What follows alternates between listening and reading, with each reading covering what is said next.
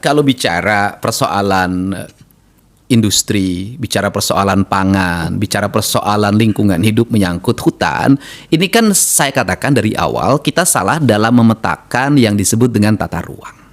Ya kan? Karena tata ruang disusun oleh setiap orang yang punya kepentingan sehingga tata ruang itu menjadi berantakan. Karena menjadi berantakan, apa sih yang menjadi problem orang berlomba membuat daerahnya yang disebut ekonomi itu tidak bersiklus pada alam, pada hutan, pada sumber air. Kenapa berlomba itu? Karena dalam postur anggarannya salah. Postur anggaran gimana? Sebuah daerah ingin kaya maka harus menambang. Sebuah daerah ingin kaya maka harus jadi industri. Semua daerah kaya harus jadi pusat kota yang banyak hotelnya. Kan seperti itu perspektifnya. Disitulah letak keadilan seorang pemimpin dalam membaca wilayah.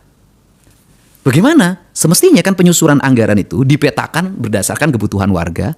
Kemudian begini, hujan itu tetap awannya kan dari gunung. Kemudian turun di pertengahan, nanti dibawa ke laut. Kan dalam sistem anggaran kan harus dirubah seperti itu. Nah, daerah industri, daerah perdagangan, daerah apapun yang menghasilkan aspek-aspek ekonomi yang melahirkan pajak besar, tetap harus ditarik ke atas, kemudian dipetakan bagaimana resiko yang terjadi, maka di sini pajak untuk resikonya harus tinggi.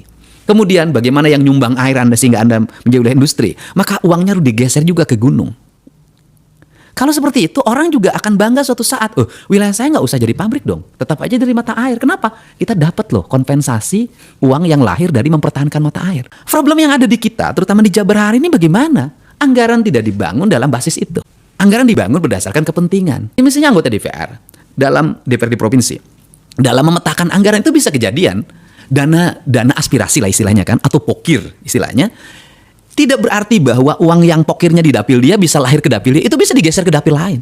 Itu kan problem yang harus diberesin loh. Bagaimana dia mewakili sebuah wilayah tetapi aspirasinya geser. Belum lagi pengambilan keputusannya yang kurang tepat dari sisi aspek-aspek eksekutif yang lebih besar lagi porsinya. Kan semakin melahirkan ketidakadilan. Nah, sehingga orang desa merasa dia tidak mendapat apapun dari progres ini.